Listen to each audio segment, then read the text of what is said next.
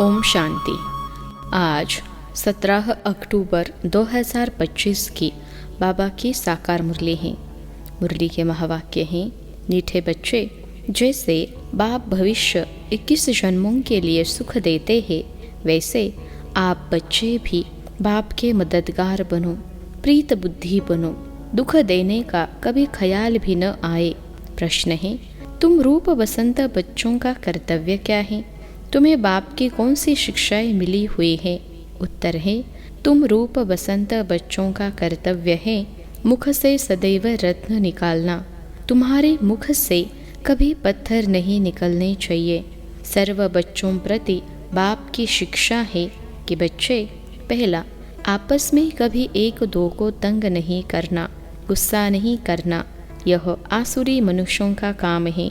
दूसरा, मनसा में भी किसी को दुख देने का ख्याल न आए। तीसरा, निंदा, स्तुति, मान, अपमान सब कुछ सहन करना। अगर कोई कुछ बोलता है तो शांत रहना, हाथ में लौ नहीं उठाना। गीत है, तू प्यार का सागर है। ओम शांति। ज्ञान और अज्ञान, तुम बच्चों में अभी ज्ञान है। भक्त लोग महिमा किसकी करते हैं और तुम बच्चे जो यहाँ बैठे हो, तुम किसकी महिमा सुनते हो? रात दिन का फर्क है। वो तो ऐसे ही सिर्फ महिमा गाते रहते हैं। इतना प्यार नहीं है क्योंकि पहचान नहीं। तुमको बाप ने पहचान दी है। मैं प्यार का सागर हूँ और तुमको प्यार का सागर बना रहा हूँ। बाप प्यार का सागर कितना सबको प्यारा लगता है। वहाँ भी सब एक दो को प्यार करते हैं। यह तुम यहाँ सीखते हो। किसके साथ भी विरोध नहीं होना चाहिए, जिसको बाबा लून पानी कहते हैं। अंदर में किसके लिए नफरत नहीं होनी चाहिए। नफरत करने वाले कलयुगी नरकवासी हैं। जानते हो, हम सब भाई बहन हैं। शांति धाम में हैं तो भाई भाई हैं। यहाँ जब कर्म क्षेत्र पर पाठ बजाते हैं तो बहन भाई हैं, ईश्वरीय संतान हैं।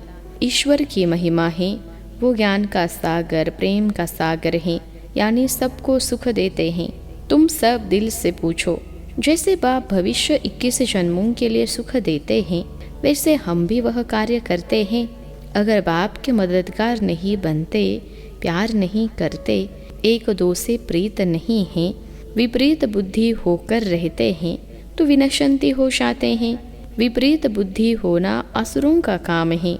अपने को ईश्वरीय संप्रदाय कहलाकर फिर एक दो को दुख देना, उनको असुर कहा जाता है। तुम बच्चों को किसी को भी दुख नहीं देना है।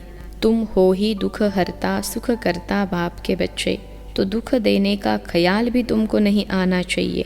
वह तो है ही आसुरी संप्रदाय, न कि ईश्वरीय संप्रदाय, क्योंकि देह अभिमानी है। वह कभी याद की यात्रा में रह न सके। याद की यात्रा बिगर कल्याण होना नहीं है। वर्षा देने वाले बाप को तो जरूर याद करना है, तो विकर्म विनाश होंगे। आधा कल्प तो एक दो को दुख देते आए हो। एक दो में लड़ते तंग करते रहते हैं। वह आसुरी संप्रदाय में गिने जाते हैं। भल पुरुषार्थी हैं तो भी कब तक दुख देते रहेंगे। इसलिए बाबा कहते हैं, अपना चार्ट रखो। चार्ट रखने से मालूम पड़ेगा हमारा रजिस्टर सुधरता जाता है या वही आसुरी चलन है। बाबा सदैव कहते हैं, कभी किसको दुख न दो। निंदा, स्तुति, मान, अपमान, ठंडी, गर्मी सब सहन करना है। कोई ने कुछ कहा तो शांत रहना चाहिए। ऐसे नहीं कि उनके लिए दो वचन और कह देना है। कोई किसको दुख देते हैं तो उनको बाप समझाएंगे ना। बच्चे बच्चे को कह नहीं सकते। अपने हाथ में लौ नहीं लेना है। कुछ भी बात है तो बाप के पास आना है। गवर्नमेंट में भी कायदा है। कोई एक दो को गुस्सा नहीं मार सकते, कंप्लेन कर सकते हैं। लॉ उठाना गवर्नमेंट का काम है।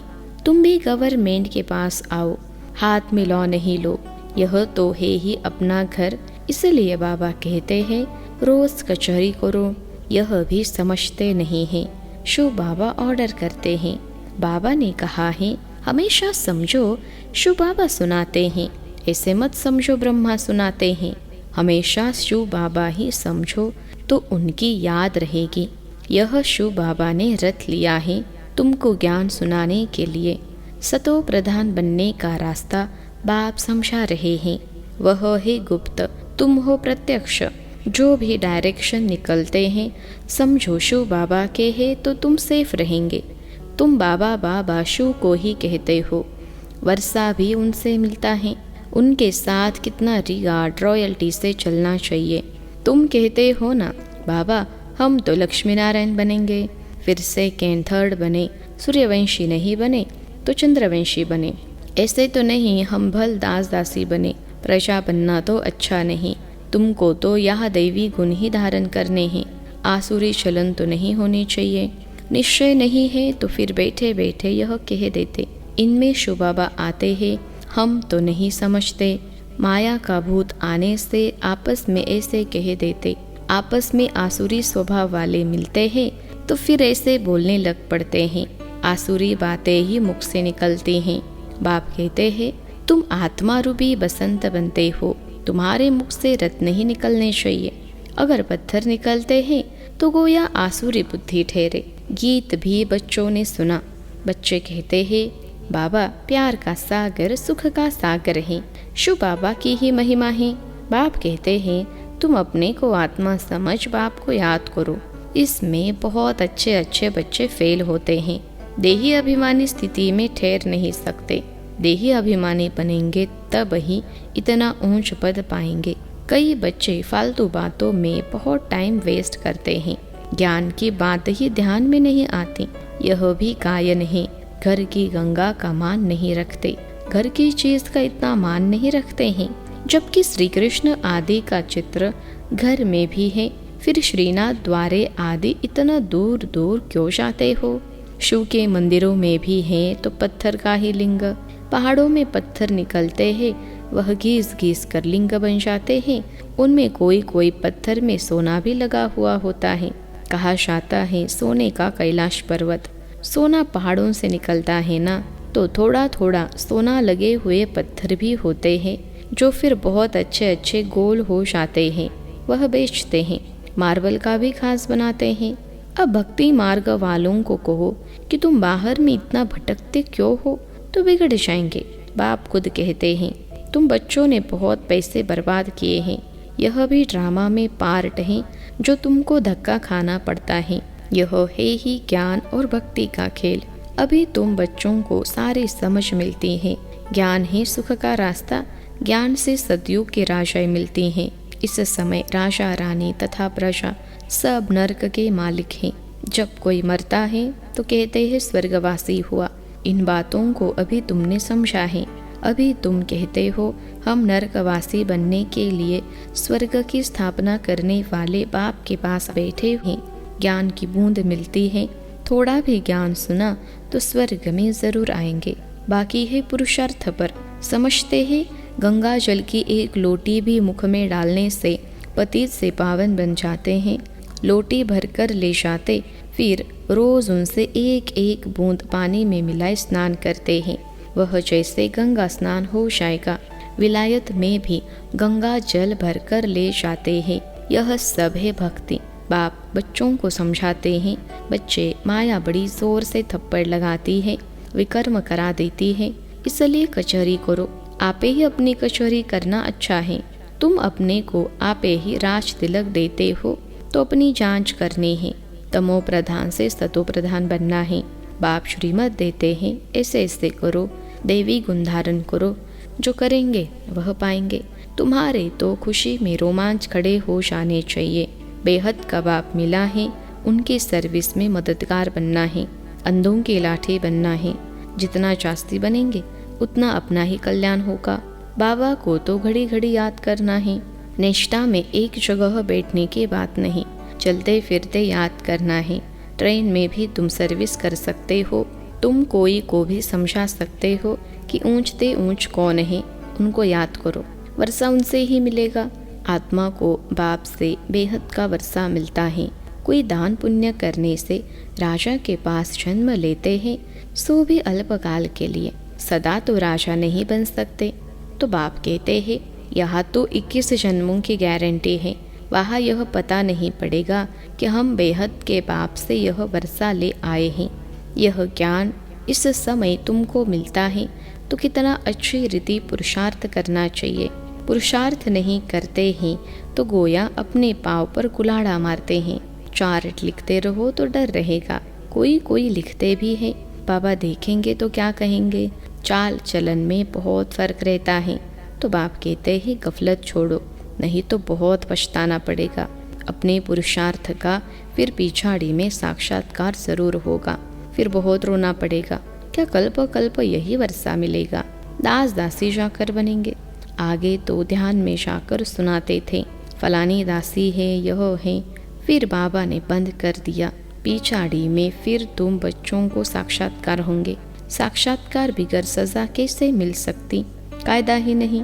बच्चों को युक्तियाँ भी बहुत समझाई जाती हैं। तुम अपने पति को बोलो, बाबा कहते हैं बच्चे का महाशत्रु है, इन पर जीत पहनो, माया जीते जगत जीत बनो। अब हम स्वर्ग के मालिक बने या तुम्हारे कारण अपवित्र बन नरक में जाए। बहुत प्यार नम्रता से समझो, मुझे नरक में क्यों ढकलते हो। ऐसी बहुत बच्चियां हैं, समझाते समझाते आखिर पति को ले आती हैं। फिर पति कहता है कि यह हमारा गुरु है, इसने हमको बहुत अच्छा रास्ता बताया। बाबा के आगे चरणों में आए गिरते हैं। कभी जीत कभी हार भी होती हैं। तो बच्चों को बहुत बहुत मीठा बनना है। जो सर्विस करेंगे वही प्यारे लगेंगे। भगवान बाप आए हैं बच्चों के पास, उनकी श्रीमत पर चलना पड़े। श्रीमत पर नहीं चलते हैं तो तूफान लगने से गिर पड़ते हैं। ऐसे भी है, वह क्या काम के रहेंगे। यह पढ़ाई कोई कॉमन नहीं है और सब सत्संगों आदि में तो है कनरस, जिससे अल्पकाल सुख मिलता है। यह बाप द्वारा तो 21 जन्मों का सुख मिलता है। बाबा सुख शांति का सागर है। हमको भी बाप से वर्षा मिलना है। सेवा करेंगे तब तो मिलेगा, इसलिए बैज सदा लगा रहे। हमको ऐसा सर्वगुण संपन्न बनना है। जांच करनी है कि हम किसको दुख तो नहीं देते हैं, आसुरी चलन तो नहीं चलते हैं। माया ऐसे काम कराती है, बात मत पूछो। अच्छे अच्छे घर वाले भी बतलाते हैं, माया ने यह विकर्म करा लिया। कोई सच बताते, कोई सच नहीं बताने से 100 गुना दंड पा लेते। फिर वह आदत बढ़ती जाएगी। बाप को सुनाएंगे तो बाबा सावधान करेंगे। बाबा कहते हैं पाप किया है तो रजिस्टर में लिखो और बता दो तो तुम्हारे पाप आधा खलास हो जाएंगे। सुनाते नहीं, छिपा लेंगे तो फिर करते ही रहेंगे। श्राप मिल जाता है। न बतलाने से एक बार के बदले 100 बार करते रहेंगे। बाबा कितनी अच्छी राय देते हैं, परंतु कोई कोई को जरा भी असर नहीं होता है। अपनी तकदीर को जैसे लात मारते रहते हैं, बहुत बहुत नुकसान करते हैं। अंत में सबको साक्षात्कार होगा। यह बनेंगे। क्लास में ट्रांसफ़र होते हैं तो मार्क्स निकलती है ना, ट्रांसफ़र होने पहले रिजल्ट निकलती है। तुम भी अपने क्लास में जाते हो तो मार्क्स का असर पड़ेगा। फिर बहुत चार चार रोएंगे। फिर क्या कर सकेंगे, रिजल्ट तो निकल गई ना, जो तकदीर में था वो ले लिया। बाप सब बच्चों को सावधान करते हैं, कर्मातीत अवस्था अभी हो न सके। कर्मातीत अवस्था हो जाए तो फिर शरीर छोड़ना पड़े। अभी कुछ न कुछ विकर्म रहे हुए हैं, हिसाब किताब है, इसलिए योग पूरा नहीं लगता है। अभी कोई भी कह नहीं सकते हैं कि हम कर्मातीत अवस्था में हैं। नज़दीक आने से फिर बहुत निशानियाँ दिखाई पड़ेगी। सारा मदार तुम्हारी अवस्था पर और विनाश पर है। तुम्हारी पढ़ाई पूरी होने पर होगी तो फिर देखेंगे लड़ाई सिर पर खड़ी है। अच्छा, मीठे मीठे सिखलते बच्चों प्रति माता पिता बाप दादा का याद प्यार और गुड मॉर्निंग। रूहानी बाप की रूहानी बच्चों को नमस्ते। हम रूहानी बच्चों की सिखलते रूहानी माता पिता बाप दादा को याद प्यार, गुड मॉर्निंग और नमस्ते बाबा नमस्ते। धारणा के लिए मुख्य सार पहली पॉइंट है, माया के वश होकर कोई भी आसुरी चलन नहीं चलनी है। अपनी चलन का रजिस्टर रखना है। ऐसा कोई कर्म नहीं करना है जो पश्चाताप करना पड़े। दूसरी पॉइंट है, बहुत बहुत प्यार और नम्रता से सेवा करनी है। मीठा बनना है। मुख से आसुरी बोल नहीं निकालने हैं। संग की बहुत बहुत संभाल करनी है। श्रीमत पर चलते रहना है।